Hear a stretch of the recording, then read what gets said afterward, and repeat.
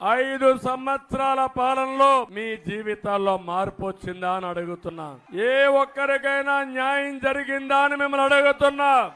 ఏ వర్గానికైనా న్యాయం జరిగిందా అని మిమ్మల్ని అడుగుతున్నా. ఏ కుటుంబానికైనా న్యాయం జరిగిందా అని మిమ్మల్ని అడుగుతున్నా. 14-19లో తెలుగుదేశం పార్టీ అధికారంలో ఉన్నప్పుడు ఎంత తమ్ముళ్ళు కరెంటు ఛార్జీ 200 రూపాయలు కరెంటు ఛార్జీ ఈరోజు ఎంత అని అడుగుతున్నా. 2000 అవునా కాదా? ఎవరి వల్ల అయింది?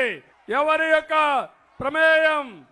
అంటే 200 రూపాయలు 2000 చేసి నేను హామీలను నెరవేర్చాను, 99% హామీలు నెరవేర్చానని గొప్పలు చెప్పుకునే ప్రభుత్వం మీకు కావాలని అడుగుతున్నా.